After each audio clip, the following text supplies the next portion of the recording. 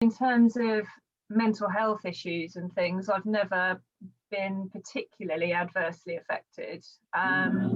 But I kind of got to a stage where I was working every Friday night when I had young children and I didn't have a social life. I was working every Friday night, and just somebody else was crying every week. And I was like, this just can't really go on, you know? And I felt a bit helpless to help people. So it then became a bit of a passion project to find out what was out there in terms of wellbeing resources. And I was delighted to find there was a lot both within and outside the veterinary world that was kind of addressing well-being, but it just didn't seem to be helping my friends and colleagues at the coalface. It just didn't seem to be filtering down or relevant or whatever it was. So I then set about creating a website purely to curate and signpost wellbeing resources. So I wasn't creating anything new. I wrote a few blogs and did things like I summarised the Vet Futures report, you know, the kind of 50 pages of report into like bite-sized chunks, because I just wanted to make stuff accessible. And then it was after sort of trying to launch that and get a bit of kind of response behind that I actually met with my co-founders of WellVet just through networking. And I sort of said, oh, you know, I'd love to get people together and have an event where you kind of do sport alongside wellbeing workshops and really kind of address that whole mind, body, soul, you know, the soul element with kind of, you know, networking, connections, you know, peer support, fantastic dinners, and, you know. So yeah, we just, you know, they said, yeah, we totally agree and let's just do it. So part of the idea behind WellVet is it's kind of proactive well-being. It's encouraging people to come along to either a physical weekend or, you know, we did a virtual one last summer, just to kind of explore the different well-being tools there are. Because I think a lot of it is, you know, you're not, you know, you're sort of stressed and you're time poor. You don't really want to be going and like trying meditation or, you know, trying, you know, different forms of yoga if you know, if you haven't got the energy, you haven't got people to do it with, you know, you're not really sure where to start. So WellVet was kind of a place for people to come together and just try stuff, alongside stress management workshops, how to be kind to yourself, how to time manage better, you know, all of those sorts of things. So it's personal development alongside different well-being and sports activities, and everything from running, cycling, you know, we've had CrossFit, we've had you know, some pretty hardcore sort of sports days and things. So that's really what WellVet was all about, was, you know, getting people together to explore and create their own wellbeing toolkits. So it was off the back of that that I was sort of approached and encouraged to apply for the SPIVS board position, which the wellbeing representative was coming up. So I've been working with SPIVS for 2 years now. So yeah, just helping develop their wellbeing side of things and also partnering with them with the WellVet events as well. The other thing where, you know, when you talk about the attrition rate, because I've kind of got multiple strings to my bow. I did sort of drop off with my story a bit, didn't I? But it's good. You're doing well. Keep going. I can just talk for hours. Tell me to shut up. It's all relevant. It's good. Yeah. So now, currently, job-wise, so basically, you know, WellVet and everything ended up taking up a lot of time. I would say my employers were not particularly flexible, to the point where they weren't even going to let me know if they would let me have WellVet weekend off. The reason being that so many staff were attending it, they weren't sure they could give me annual leave, and I was like, but I'm organizer. You're organizer. If I don't go, nobody's attending. Yeah, exactly. I kind of essential, you know. And I got fed up with it. So having worked for them continuously for 10 years, I handed in my notice and you know, still locum for them to this day, and did quite a bit of locum work. But I was then kind of headhunted. I've done all sorts of random things in between, written all sorts of articles for various publications and bits and pieces. But I was then effectively kind of put together with Susan Mackay, who runs Companion Consultancy, which is a PR and marketing agency for veterinary and animal health. And she had also set up about 5 years ago a platform called Veterinary Woman, which is a website, and it's to encourage, you know, talking about that attrition rate piece. It's, you know, how do we retain women in the profession? You know, because we do see women dropping out around childbearing age. We do see, you know, more males progressing through specialism and things because women are having families. You know, it is the stereotypes. Obviously, there are exceptions to all these rules, but so now my day job, other than homeschool, is editing Veterinary Woman and creating resources to help women progress in their careers, alongside doing, as I say, PR and marketing for various animal health companies as well.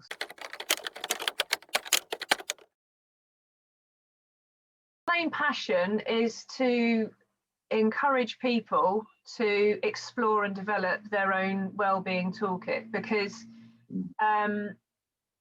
part of the reason that WellVet initially was a sports weekend was we don't want wellbeing to be that thing for needy people, you know, because my wellbeing's actually been pretty good all the way along, but as a result of WellVet, it's here. Do you know what I mean? Like I've now learned things that, you know, when a global pandemic does come along, or, you know, other things whip the rug out from under you, instead of going from here to, you know, rock bottom, if you're here, you go to here, and then actually you've got the tools to then get back up again, in place, practiced. You know, I know what works for me, I know what doesn't work for me, you know, and I've kind of made those habits over a period of time where actually my well-being was quite good. And I never would have explored that had it not been for WellVet. So, you know, much as we are absolutely there for people who aren't feeling great and want to improve their well-being, I think there's quite a strong message that a lot of vets think they're okay, and think you have to think you're okay, and think you have to, you know, put on quite a, you know, a coping front. But actually, all of us, even if our well-being is good, it could be better. Once we've got those kind of tools and things in place, you know, we bounce back quicker and we don't fall as hard or as far. And that's not just important for us, that's important for our businesses, it's important for our clients, it's important for our patients, it's important for our families, it's important for our profession. So proactive well-being, whole person well-being, not just mental health, physical health and relational health as well.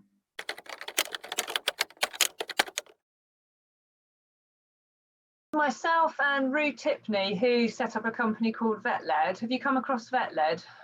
I've heard of VetLed. Okay. Yeah, so VetLed basically exists to kind of promote just culture and human factors. So they're about to host their human factors conference. So obviously human factors link quite strongly with kind of well-being, but you know, their sort of background is human factors in both aviation and the medical profession, and then applying that to veterinary. So so yeah, myself and Rue were the original founding members, with another member from VetLed who's now sort of dropped off. And Rue and I have brought on board Nat Scroggy, you know, This Vet Runs, Nat Scroggy. Yeah, so the three of us, the three of us kind of run it together. I guess our 5-year plan, for me, the 5-year plan was to host an event, but that got very quickly changed to like a 6-month plan when I met Rue. So obviously to host events, whether obviously in person or virtual, depending on how the next few years go. So to continue hosting the events. The second thing is to have the website as a resource hub. And we're currently halfway through the development stage of that. In fact, straight after this call, I've got a meeting with our web developer. Then the next sort of iteration of the website for us, and this will be dependent on getting funding, is to have a membership platform where people can become WellVet members have their own, effectively their own like wellbeing space within the WellVet website, that they can pick their own content, you know, webinars, podcasts, etc., blogs that work for them, but also connect with other people. So one of the sort of powerful things that came out of WellVet was the connections that people made with each other. And we actually have groups of WellVetters, for want of a better word, who meet geographically, you know, regularly, and go for walks together, etc. And you know, they've said that's been really powerful. So part of the membership platform would be a way of kind of connecting with people, either by common interest or geographical area. So yeah, that's the kind of next phase. I guess in the full 5-year plan, it would also, you know, one of the things we've got on our wish list would be to create practice wellbeing packs. You know, how do you live this out in your practice, in your day-to-day life? You know, now whether somebody else does that before us or what that looks like, we haven't sort of fully thought through yet, but we do have people coming to us saying, you know, we're setting up a new practice, can you help us with the wellbeing side? And you know, currently we're not really in a position to do that. So developing something like that would be valuable.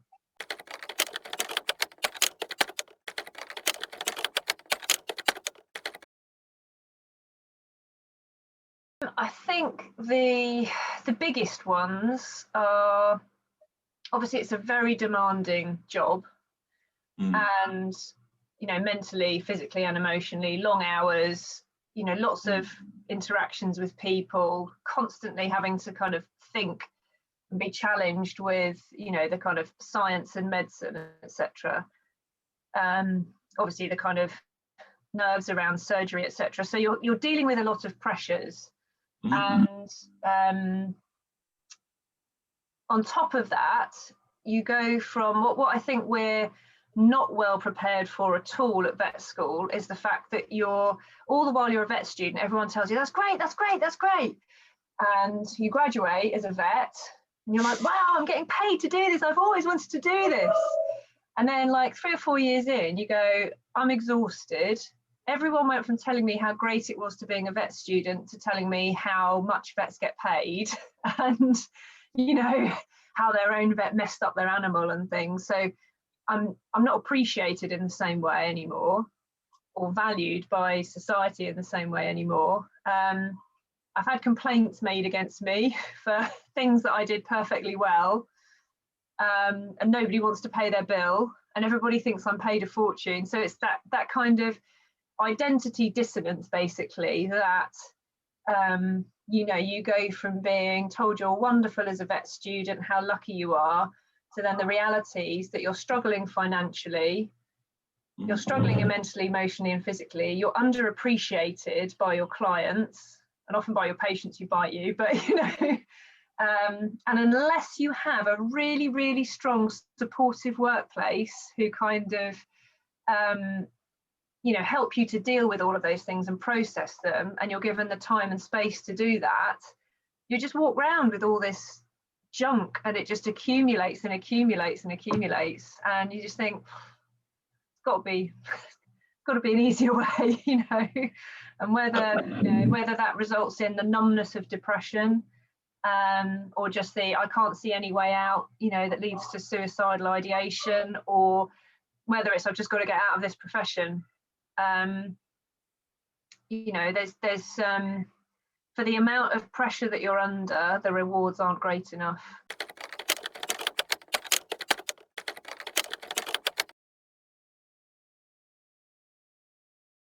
It's interesting, isn't it? I mean, I think for me personally, the big change since we graduated, and I was pressured in my first job. I was running around with massive imposter syndrome, but I had a fantastically supportive practice.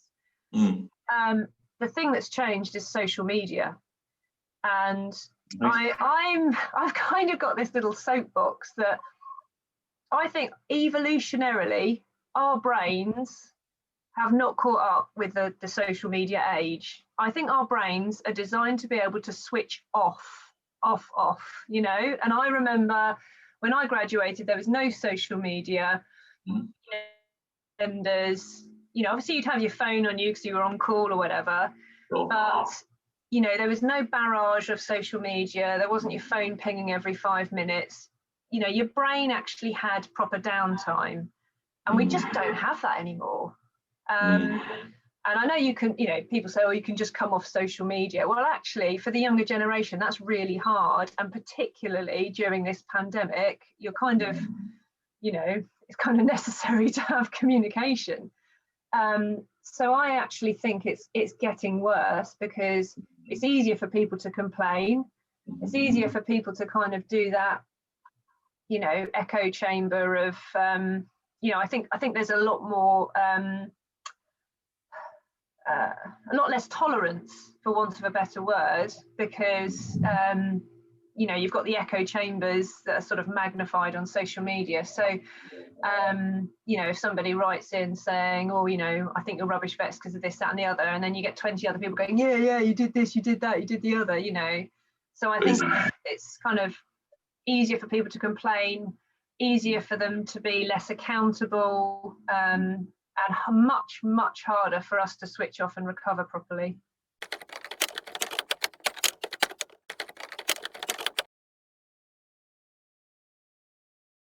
I mean, I don't, you know, I've had conversations about this because others would disagree with me, or they'd say, no, you can't set about, you know, doing that. But I think we need to sort of change public perception. One thing I would love to do is, you know, I mean, I've looked into this, you can actually print out a list of costs to the NHS for you having an X-ray and, you know, a course of antibiotics and this, that and the other.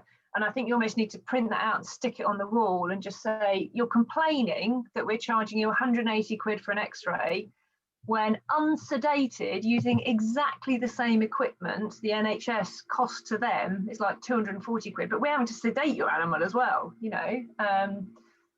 And the reason why I'm smiling is because that was the latest thing that I just did for a Facebook post. Really? We printed out NHS stuff, yeah. Yeah. So you know, I think we need to do that more as a profession. Look, this is what it costs, you know, and you know, there's a big public perception piece that needs to be addressed. I mean, I remember we had some WellVet, I don't know if you saw them, but we had some Wellbeing Live sort of broadcasts that we did over the winter period, and you know, one of the speakers there who wasn't a vet, she said she went into her local vets and they had a poster up saying, please be kind to us, we're doing our best. And she said, you know, they just had so much abuse from people during COVID that they had to put up a poster, you know. I know the RCVS kind of published that, you know, kind of expectations poster that you could put up on the wall, just saying, you know, your vet's going to work hard, but you've got to be nice to them, you know, pretty much. And I think there's a huge bit to be done around that. In terms of, you know, fixing the things like the attrition rate, I think there's a massive problem with not facilitating, you know, in a heavily female profession, not facilitating working parents better. You know, dads as well as mums, but obviously it's a lot of the women that we see dropping out. And I think, you know, I mean, the genders with age, they kind of do that, you know, the number of people working. So there's absolutely something around helping to retain, you know, working parents, increasing flexibility, and, you know, change. I'm no business person, so, you know, changing the business model around, you know, making it normal for people to have better flexible working hours and changing the expectations that everybody's going to stay late to do the emergencies and things. I don't know how you do that, but I think it needs to happen if we're going to have a healthy profession.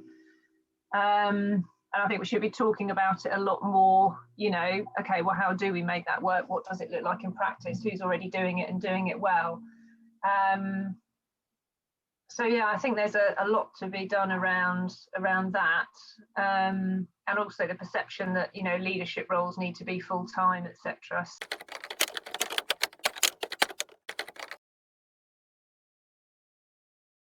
It's too easy for for people to complain and know that if they complain, they get money off, So that complaints process needs to be sort of improved, and the impact of people complaining kind of needs to be addressed better. I think that's what I mean about, actually having that awareness that, your vets aren't trying to rip you off.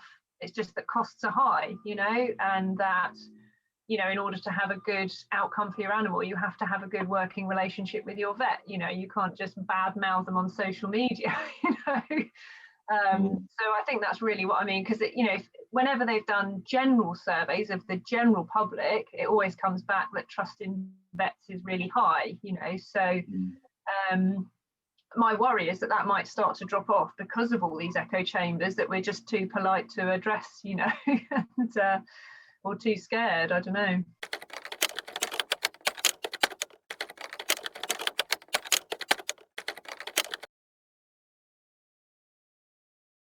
It's that sort of caring profession piece, appeals to the feminine traits, I think. And yeah, whether that's partly to do with the way it's been sort of portrayed in media, as a sort of fluffy, nice profession. There's, discussions around, there's, sort of evidence out there that, girls work harder at GCSE and A level, which is when, you need to get the grades and things. So, yeah, I think those are the two main reasons, really.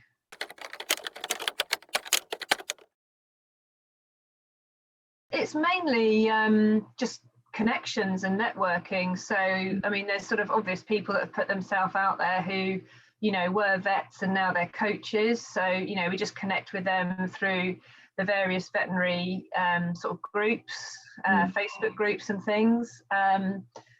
And or people we know personally, just as you sort of get into the well-being world, you talk to more people, and then you sort of discover different I've got both friends who are coaches within and outside the veterinary profession who then sort of tell me about somebody who's would be great to talk on this or that, and then you look at their work and you think, oh yeah, that looks really good. So yeah, a lot of it is just direct networking and connections. A lot of it is looking about what's out there. So obviously the VDS training group, and like Emerge veterinary coaching and Vet Harmony coaching. So just sort of being aware of what's out there, and then just starting to connect with those people and take it from there. You sound like a very busy person. Yeah. balancing a lot of different things on your plate, and I must really applaud you and commend you for what you're doing. Really, I think that is thank you. Very, very important, really. And if there's anything that I can sort of do to help, I'll be very interested. So, like for me, right now I'm running a practice, but it is just the first step, really. So we are a fairly specific practice. So our practice is designed such to address the 4 issues of depression, attrition, suicide, and also low profit margins. And so for the first thing, which we are fairly unique, is that we take on members so not everybody can register with us. It's we choose our people whom we want to work with. Yeah. And the idea behind that is that we believe giving the right service to the right people to get the right results, and not everybody is a customer. So that's how one way we protect ourselves, really. So toxic clients. Yeah. So that is one thing. And another thing which we're also slowly building is our own social media platform as well. So we've got our own YouTube channel, our Facebook, fairly active on there, Instagram as well.